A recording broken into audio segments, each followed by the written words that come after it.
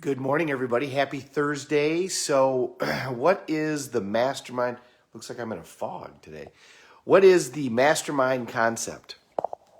So, the mastermind concept, which is really, I think, very overused today, is a group of individuals that come together and in harmony for a specific outcome.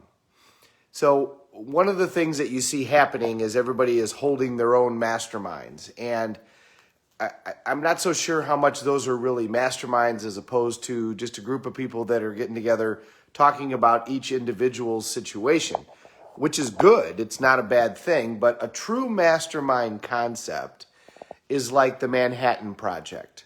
So when that happened, the Manhattan Project is where we invented the atomic bomb, by the way. And what the government did is they knew that other countries were working on an atomic bomb. And so they brought together the brightest that the country had and put them all in one place and said, invent the atomic bomb. Do it before the Germans do it before the Russians do it. What we should have done with coronavirus, by the way, which several people said at the beginning, don't let companies struggle in between each other. Get the best of all of them, put them in one spot and say you're working for the government and figure out the cure to all of this. But when those people came together, they were all coming together for one basic purpose. And it was very specific what they were supposed to do. And then they worked in harmony towards that outcome because they had a leader that took them in that direction. They were all working on one specific thing. The idea of this concept, again, came from Think and Grow Rich.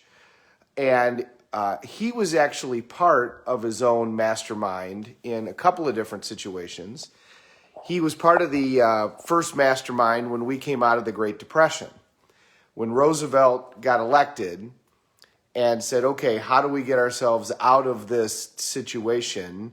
He brought together the biggest and the brightest, and he said, what do we need to do? And Napoleon Hill was brought in on that.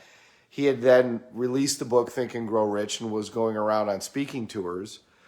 And when he was asked what to do, the first thing that he said was, we need to rename it. Everybody kept talking about a depression, something to fix the Great Depression, a survival guide or something, but every name that they used had the term Great Depression in it. And he said, as long as we keep using that term, that's what people are going to focus on. So that was where they got the idea of a business redevelopment program. That came from Napoleon Hill. And that was his contribution towards the mastermind that Roosevelt put together. People that accomplish significant things virtually never do it on their own. They've always got people that come together and help them. We all work together, or better when we work together. 1 + 1 doesn't equal 2. 1 + 1 equals 3 or 4 or more. And it's got to be done, though, in harmony, and the way that it is done in harmony is if it's for a specific outcome. My challenge with the masterminds that a lot of people you see do on Facebook and the like is they're called masterminds, and in a way they are, because everybody's looking for an outcome that is they're trying to improve themselves. But it's not one specific outcome typically. They're each trying to do their own thing. Now, if they come together and say our outcome is to change the world, make the world a better place, and we're going to do that all in our own way, all right, well, that works. But when masterminds really come together is when they're looking to solve one particular thing, when they have that laser beam focus. The same is true with us, right? If we have a laser beam focus on 1 or 2 or 3 things at a given time, then we can really channel all of our energy into those things and have a great impact.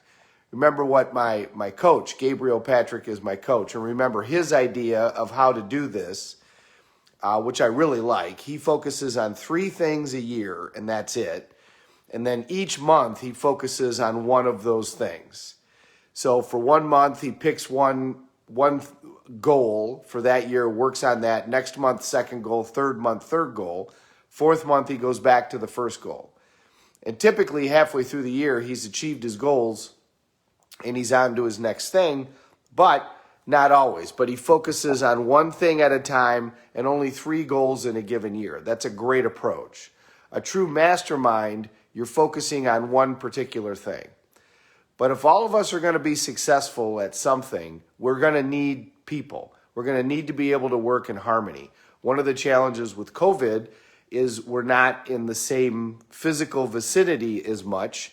We need to do it over video and over phones. But if you think about it, politicians and actors and news people, they've been moving us emotionally and connecting with us through video for years. So it certainly can be done. It's just something that's a little bit more unique to us. So if you want to do significant things in your life, you're going to need help. You're going to need people to work with you in order to do that. And the best way to do that is to really have a great focus as to what you want your outcome to be.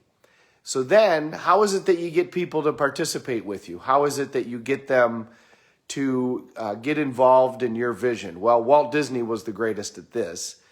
He did it because he made it about them, not about him.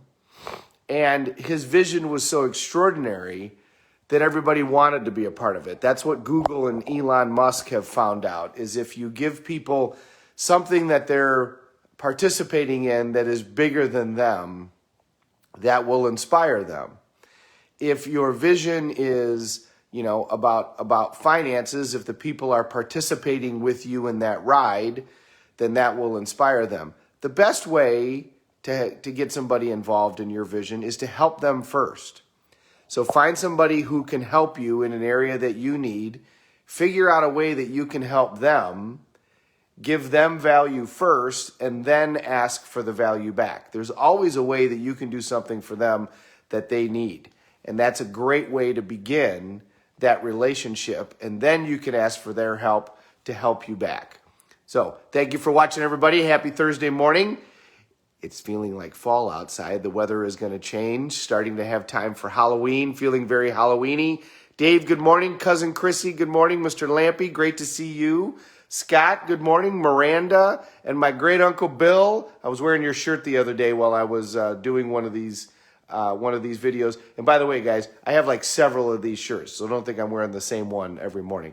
Have a great Thursday, everybody. We're all in this together. Let's take care of each other.